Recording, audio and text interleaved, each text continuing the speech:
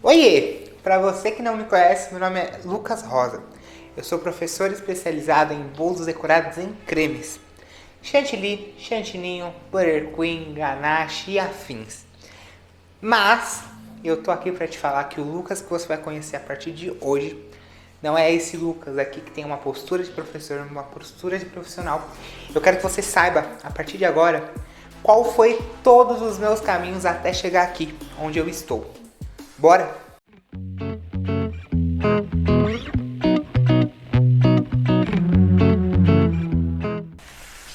E foi aqui que tudo começou. Quer dizer, não foi aqui em específico, né?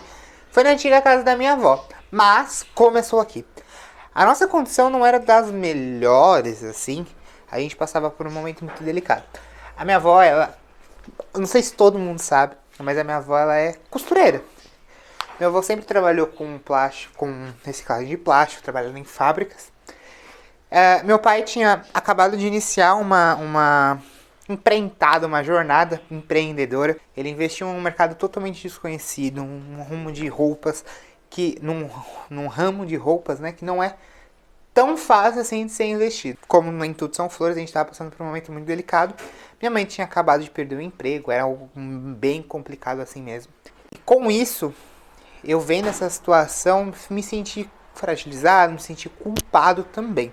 E esses perrengues financeiros não se resumia apenas dentro da nossa casa. Os meus pais, quando eu era mais novo, tinha ali por volta de uns 4, 5 anos, eles fizeram o financiamento de uma casa, compraram essa casa e nessa época eles não conseguiram continuar pagando esse financiamento. Essa casa, ela foi para leilão várias vezes, que é a nossa casa atual, e ela, por algum motivo, nunca foi arrematada, por algum motivo, por alguns processos também.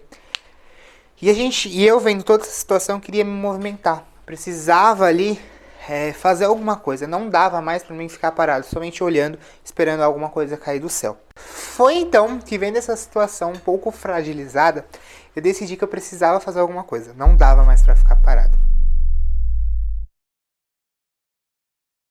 Comecei a pesquisar alguns vídeos na internet, vi algumas coisinhas por aí e descobri nada mais, nada menos que a febre do momento era bolo de pote. E, gente, eu sempre gostei muito de cozinhar. Desde pequeno, eu lembro da minha avó costurando.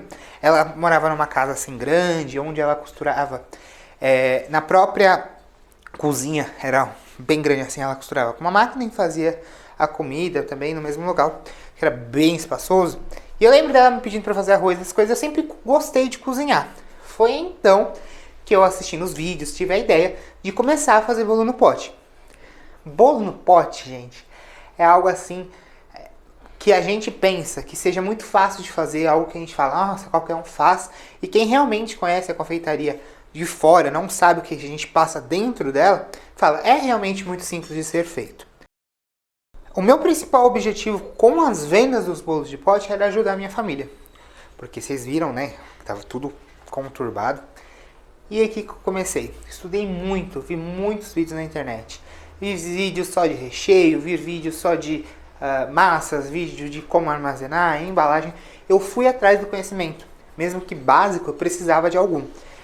E, gente, fazer bolo no pote nem sempre é a melhor opção. Fazer bolo no pote, pra mim, foi o meu começo.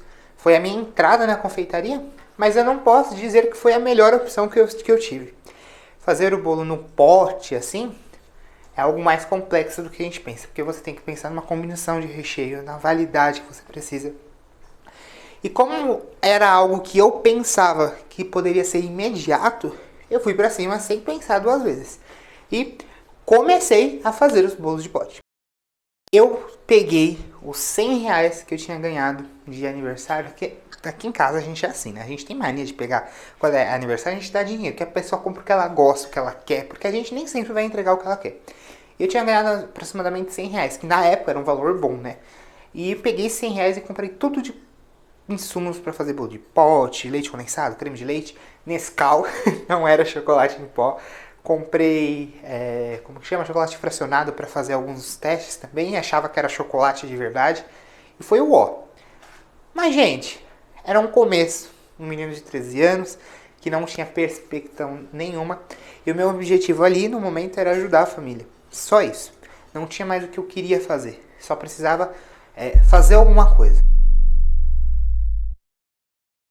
A confeitaria na vida das pessoas por dois motivos. Ou pela dor, ou pelo amor. No meu caso, assim, não foi muito pelo amor, foi pelo início da dor. E para quem não conhece realmente a confeitaria do lado de dentro, assim, acha que fazer um bolo de pote ou fazer um bolo decorado é algo muito simples, é algo muito fácil. Assim, realmente mas fazer um bom bolo de pote, fazer um bom bolo decorado, uma boa trufa, às vezes não é tão simples assim, né? E no meu caso não foi diferente. Eu comecei a minha história na confeitaria pela dor.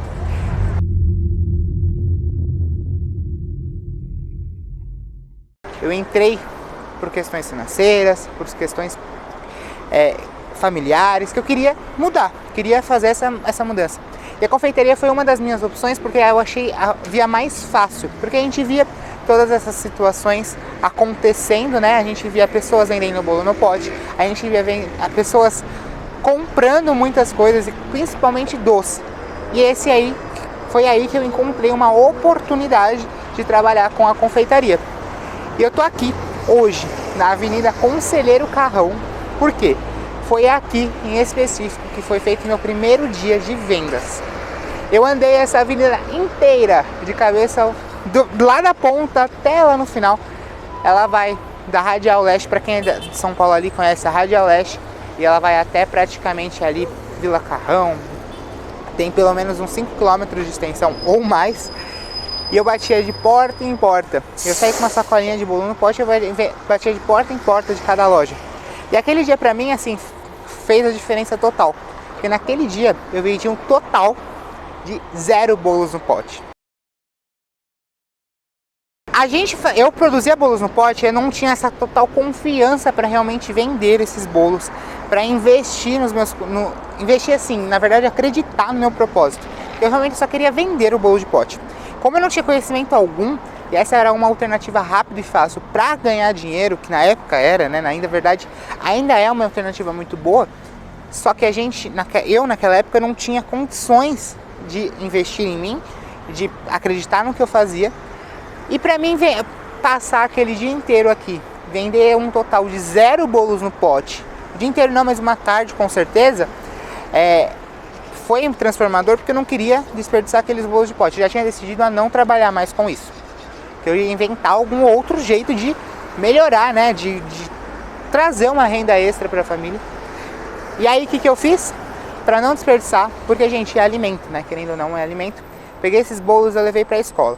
Falei, pelo menos a gente come, né? Entreguei para os amigos, enfim. A gente comeu e os funcionários da escola, também sobrou alguns, né? Eu sempre fui muito de conversar com os funcionários, a tia da faxina, a tia da cantina, a diretora, a coordenadora. E essas funcionárias eu também entreguei um bolo no pote. Foi daí em diante que a minha vida realmente começou a fazer diferença dentro da confeitaria. Não era o melhor bolo, não era o bolo de pote, não era a melhor embalagem. Era uma embalagem até descartável, que aí nas próximas cenas você ainda vai ver, vou te mostrar essa embalagem aí. Vou voltar lá atrás.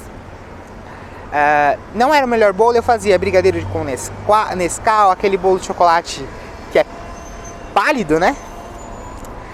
E por minha surpresa, os meus colegas, os meus parceiros, né, de sala, de classe, as professoras, os funcionários, os coordenadores da escola começaram a pedir bolos de pote. Eles encomendavam, então eu acabava levando para a escola esses bolos de pote. E depois de eu ter batido de porta em porta nessa loja, ter ido na escola, começado a vender os bolos no pote, eu vi que realmente eu poderia começar a investir naquilo, tá? Poderia realmente focar nisso e transformar daquilo realmente uma renda extra. Naquele momento eu pensava na confeitaria como uma renda extra, tá? Nesse meio contorno aí, a febre do momento era bolos no pote e bolos bombom. Bolo bombom hoje já nem se usa tanto, e gente, eu juro pra você, eu fiz tanto bolo bombom na minha vida que eu peguei trauma de bolo bombom, trauma de pão de mel. Porque o bolo bombom é um pão de mel, só que é um bolo, não é feito de pão de mel, e sim de bolo recheado. Eu cheguei a faturar nessa época aí por volta de R$2.000 mensais. Só que eu trabalhava demais para conseguir atingir esse faturamento mensal, né? Eu tinha esse controle, às vezes era um mês um pouco mais, às vezes mês um pouco menos. E esse faturamento de R$2.000 mensais, eu tinha um custo muito alto, porque eu trabalhava demais e eu não sabia colocar o preço no meu produto.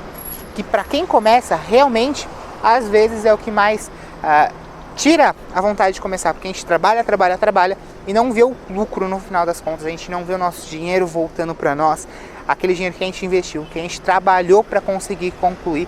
Todos os nossos projetos, ele não retorna tão fácil. E aí é que está o nosso problema, não saber precificar. Vendia R$2.000, beleza. Mas eu sempre sentia que tinha algo me prendendo. Algo que eu não conseguia andar mais para frente. Ou poder progredir, né, nesse mundo da confeitaria. E sabe o que era, gente? A falta do conhecimento. A falta do conhecimento nos deixa muito presos. Elas não nos liberta. E essa falta de conhecimento que eu tinha por ser jovem, por não poder investir em conhecimento, acabou me prendendo por um bom tempo. E foi a partir daqui, dessa parte toda, de vender bolos no pote, ir na escola, começar a aprender que o conhecimento importava, que eu comecei a olhar para a confeitaria com um olhar de apaixonado. A confeitaria começou a virar para mim uma razão de vida. Não realmente um trabalho, uma renda extra. Eu queria tornar aquilo a minha fonte de renda principal em meu trabalho. Eu, quando estava estudando, dando umas olhadas nas redes sociais, pesquisando, assistindo alguns vídeos, eu via aqueles programas de televisão. Eu ficava apaixonado pelos que eu via, que tinha aqueles bolos altos, bonitos, era até em pasta americana. E eu ficava assim encantado com a maestria que aqueles confeiteiros faziam esse tipo de preparo. Com isso, eu encarei para minha vida que aquilo seria um sonho para mim, uma meta. Depois que eu defini essa meta, eu assim trabalhei incansavelmente até conseguir bater essa meta. Ao mesmo tempo que eu tinha esse sonho de fazer, que eu tinha esse sonho de trabalhar com bolos decorados, os bolos que eu trabalho hoje, gente, eu não conseguia me dispor, eu não conseguia me sentir seguro para trabalhar com esses bolos. Eu não tinha confiança no meu próprio serviço. E por eu não ter confiança de trabalhar com esses bolos, esse sonho para mim, essa meta, se tornava cada vez mais distante. Porém, no dia 31 de maio de 2016, eu recebi uma encomenda que eu não tinha como negar. E mesmo com muita segurança, mesmo com muita medo, tá? Muito medo de fazer aquele bolo, eu fui em frente. Mesmo seguindo todas as regrinhas que a gente entende, tudo que a gente sabe sobre os bolos de hoje, que a gente vê nas redes sociais, que a gente aprende no YouTube, enfim. Eu peço para que você imagine aí o resultado. Foi o pior resultado da minha vida, né? O resultado foi o seguinte: um bolo seco, um bolo com recheio duro, um bolo todo decorado feio, que era um trabalho de bico horrorível. Não era horrível, era horrorível, né? Horror com horrível. E com isso, cada vez mais, com esse resultado ainda, eu falava assim, isso aqui não é pra mim, né? Pensei em desistir dos bolos, pensei em não prosseguir com os bolos, me manter dentro dos bolos de pote, mas o meu sonho sempre falou mais alto. Eu sabia que eu precisava estudar, não tinha o que eu fazer. E para mim conseguir estudar, eu tinha que colocar algumas metas na minha vida. É importante que a gente coloque as metas na nossa vida para a gente saber onde a gente quer chegar. Senão, você só vai existindo sem ter um motivo para estar fazendo aquilo. Então, eu sentei numa mesa, igual eu estou fazendo aqui, ó. Sentei numa mesa, peguei um papel, uma caneta e eu escrevi as minhas metas. Eu escrevi o que eu queria pro Lucas de 30 anos. Esse Lucas de 30 anos era algo que eu nem imaginava ter. Eu escrevi as metas mais ousadas da minha vida. Metas de porcentagem de faturamento, tudo isso eu tinha que escrever nesse papel. E essas metas foi o que me motivaram e que me proporcionaram que eu fizesse e realizasse muitos dos meus sonhos. Foi sentado aqui que eu escrevi. Quer dizer, não aqui, mas na antiga casa. E naquele momento que eu escrevi aquelas metas ali, ó, já tinha feito uns 2 anos que eu tava fazendo meus bolos no pote, tava conseguindo vender. E é nesse momento que a gente começou a parar de passar dificuldade, parar de viver muito apertado. A gente começou a ter uma folga. E foi então que eu falei, agora é o momento de eu posicionar o que eu quero da minha vida. Preciso escolher uma meta. Isso sou eu com eu, tá? Não foi alguém que me influenciou. Eu precisava fazer isso.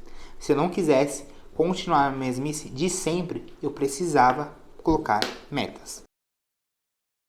Eu me lembro como se fosse hoje, eu sentado nessa mesa, em frente a um papel e uma caneta na mão, e pensando o que eu queria da minha vida.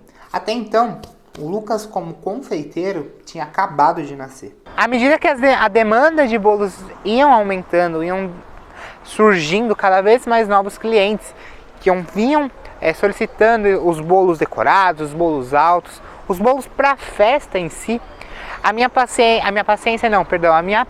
minha tranquilidade e minha confiança ia cada vez mais pro ralo. Exatamente isso que acontecia. Comecei a me tornar um profissional de respeito, não mais um amador. Em 2020, quando o ápice aconteceu, eu perdi tudo.